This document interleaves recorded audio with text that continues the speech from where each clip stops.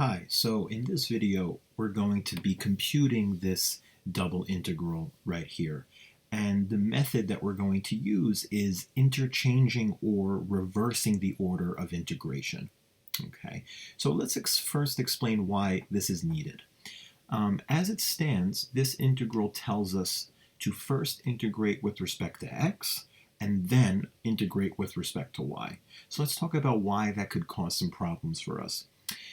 In order to integrate this with respect to x, that would require us to find the antiderivative of this function right here with respect to x. And this is not a very pleasant function. You'll sort of notice that none of your integration techniques will work here. U substitution doesn't work, integration by parts doesn't work, etc. And in fact, it is impossible to find the antiderivative of this function with respect to x. Okay. However, imagine for a second that instead of dx dy, the order of integration was flipped to dy dx. So that would mean we would first need to take the antiderivative of this function with respect to y. And that would actually be very simple because this is a function of x. So with respect to y, this function is actually just a constant. So the antiderivative of this function with respect to y would just be y multiplied by this function. Okay, so we're going to figure out how we can interchange the order of integration, so it's dy first and then dx, and this will make the integral possible to evaluate. So let's get started with that. Okay, so let's look at our limits of integration as given. So the integral tells us that x is between y squared and 4. So let's get that down. We know that y squared is less than x is less than 4. And then the integral tells us that the y variable is between 0 and 2. So we have that 0 is less than y is less than 2. All right, so let's try and get a sketch of this region in the xy plane here. Let me start off with this piece right here, y being between 0 and 2. And that's really not that bad. This just means that the y values are between the horizontal lines y equals 0 and y equals 2. So we know that y is between 0, and here's the horizontal line y equals 2. Okay, so that's going to give us this sort of horizontal strip here. And now let's talk about this condition. So this is, let me start off with x being less than 4. That just means that we are to the left of the vertical line x equals 4.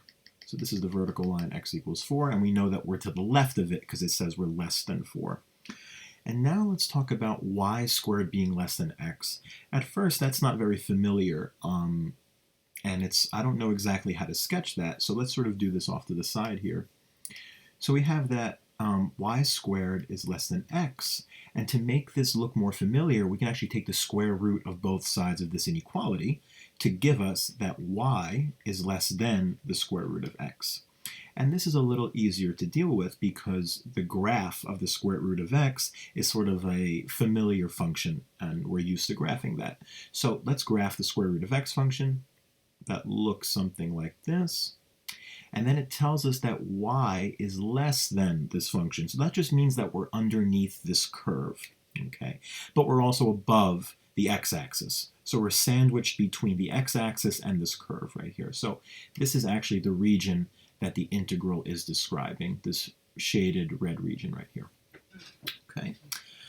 All right, so now we are going to rewrite or describe this region a little differently so that we can interchange the order of integration. So the way to do this is to first notice that in the original integral, the y values are between constants. Y is between 0 and 2. Now we're going to rewrite this so that the x variable is between constants. So let's do that first. We'll do that right here. All right, so between which two x values is our region here always between? Well, it looks like we're always to the left of the vertical line x equals 4. So we're to the x is always less than 4. And we're also always to the right of x equals 0, the y-axis. So that will describe the x values. And now let's figure out where the y values are between. So just looking at this region here, we see that our y values are always above the x-axis, which is to say that y is always greater than 0. And we're also always underneath the square root of x function, as we discussed earlier. So that will give us our y bounds. And now we can rewrite the entire integral with the order of integration reversed as such. So let's go and do that. So I have the integral, and our function is the square root of 1 plus x, square root of x. So the original integral was dx dy. I'm now going to write the reverse of that, dy dx. Okay, so this innermost integral is connected to the dy, and we know that y is between 0 and square root of x, so my lower limit will be 0, my upper limit will be the square root of x. Okay, and this outer integral is connected to dx, and we figured out before that x is between 0 and 4. Okay, so we have now successfully reversed the order of integration, and now computing this integral is not so bad. So let's now get to it. All right, so to compute this integral, we first need to take the antiderivative of this with respect to y.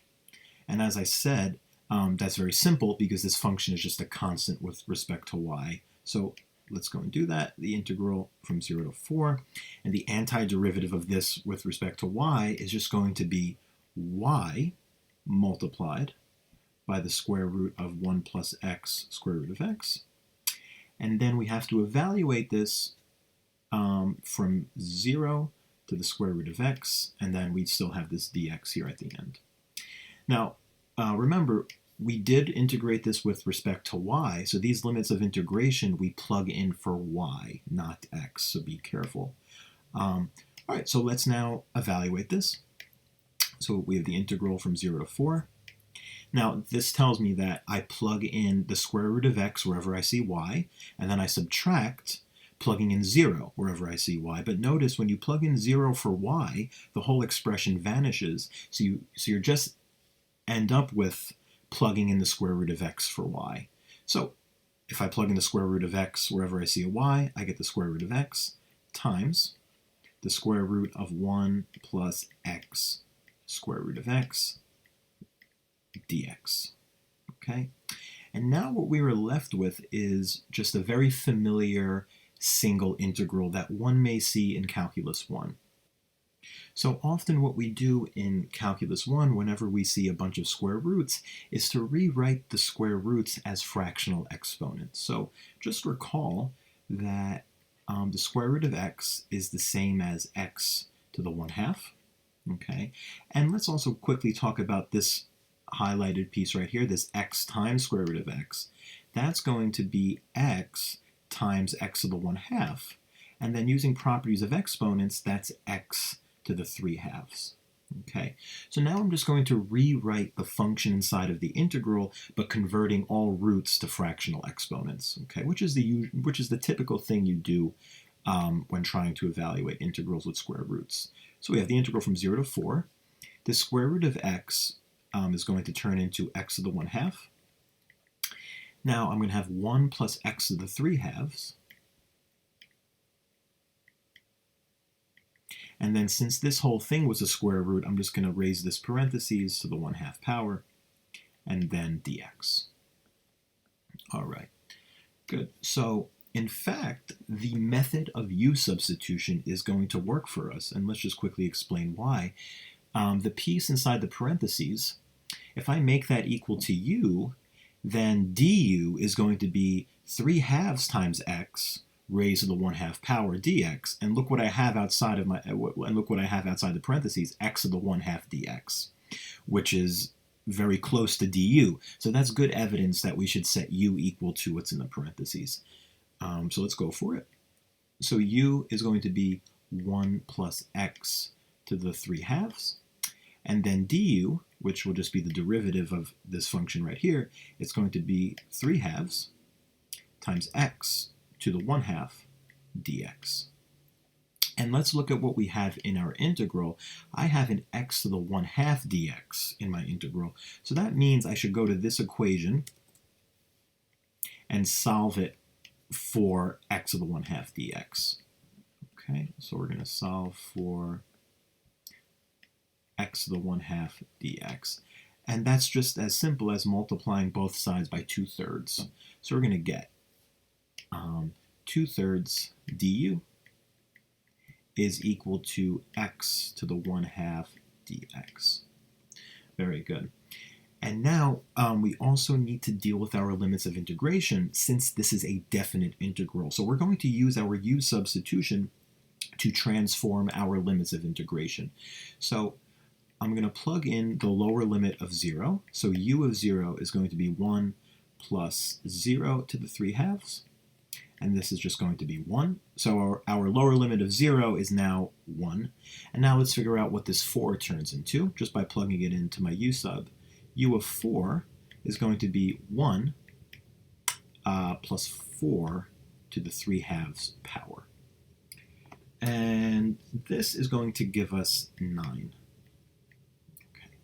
All right, now we're ready to take this integral completely in terms of u and with our new limits of integration 1 and 9. So let's see what that looks like.